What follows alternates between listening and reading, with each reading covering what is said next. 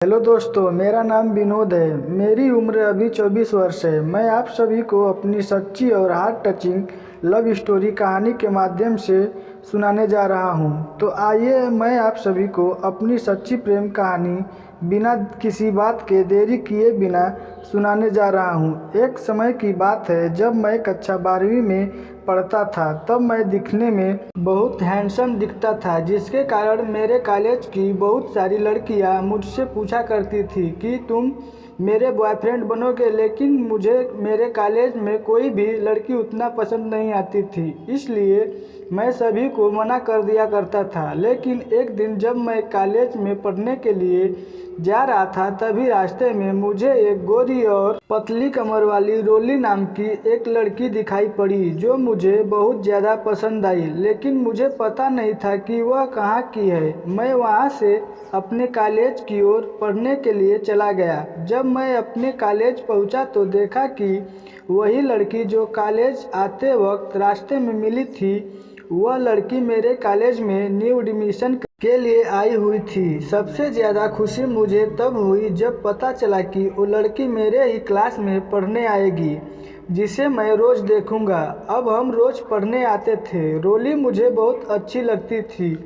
कुछ दिन बाद रोली भी मेरी तरफ कुछ ज़्यादा ही ध्यान दिया करती थी। मैं कहाँ जाता हूँ, क्या करता हूँ और किससे किससे मिलता हूँ। एक दिन जब मैं अपने कॉलेज के गार्डन में बैठकर आराम से पढ़ाई कर रहा था, तभी रोली दूर से देखते देखते मेरे पास चली आई और मेरे पास आकर बैठ गई। फिर मुझसे बातें करने लगी। जब रोली ज़ोर ज़ोर से हंसती थी तो मैं बड़े ध्यान से देखता था। रोली के दाहिने तरफ गाल पर बहुत सुंदर डिंपल था, जिससे वह और भी ज़्यादा खूबसूरत लगती थी। अब हम रोज़ किसी न किसी बहाने एक दोस्त के तरह मिलने लगे, लेकिन हमारी दोस्ती न जाने कब प्यार में बदल गया। हम दोनों एक दूसरे से बहुत ज़्यादा प्यार करते थे। अगर हम में से कोई किसी भी काम से घर रह जाता तो कोई भी एक दूसरे के बिना नहीं रह पाता था। हम किसी न किसी तरह फ़ोन पर बात करके अपना दिन बिताते थे।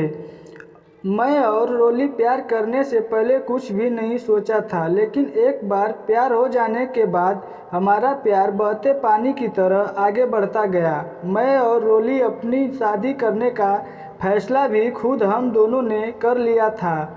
हम दोनों जल्दी ही शादी करने वाले थे, क्योंकि रोली के घर वाले उसके लिए लड़का ढूंढ रहे थे, जिससे रोली बिल्कुल खुश नहीं थी और मुझसे बार बार कहती थी कि तुम मुझे मेरे घर से ले चलो, नहीं तो मैं खुदकुशी कर लूँगी। मैं रोली को समझाते हुए कहा कि मैं किसी जॉब की तलाश में हूँ और साथ साथ अपने घर वालों को भी मना रहा हूँ। हम दोनों को लग रहा था कि सब कुछ ठीक हो जाएगा, लेकिन हमें यह पता नहीं था कि हिंदी फिल्म की तरह हमारे जीवन में भी मोड़ आने वाला है। रोली की शादी उसके घर वाले तय कर दिए। रोली बहुत घबराई हुई थी, बल्कि हम दोनों ही घबराए हुए थे। हम सोच रहे थे कि भागकर शादी कर ले, लेकिन जिंदगी गुजारने के लिए हम दोनों के पास कोई जॉब नहीं थी। जॉब नहीं होने के कारण हमारे बढ़ते कदम रुक जाते थे।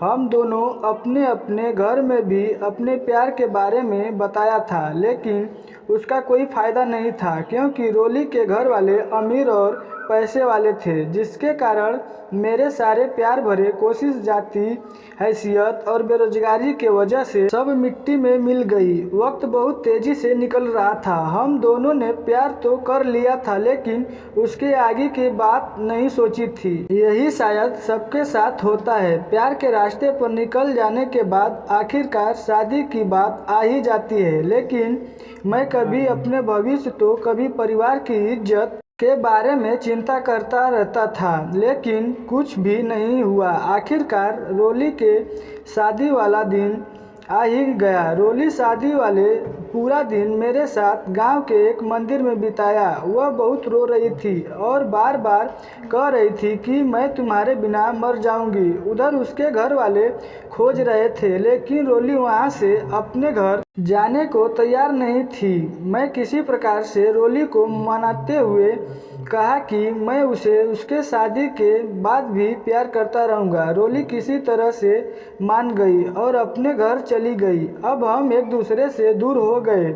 जब रोली अपने मायके आती थी तभी कभी कभी मिल लिया करते थे और अब हम दोनों अपनी अपनी ज़िंदगी में खुश रहने लगे।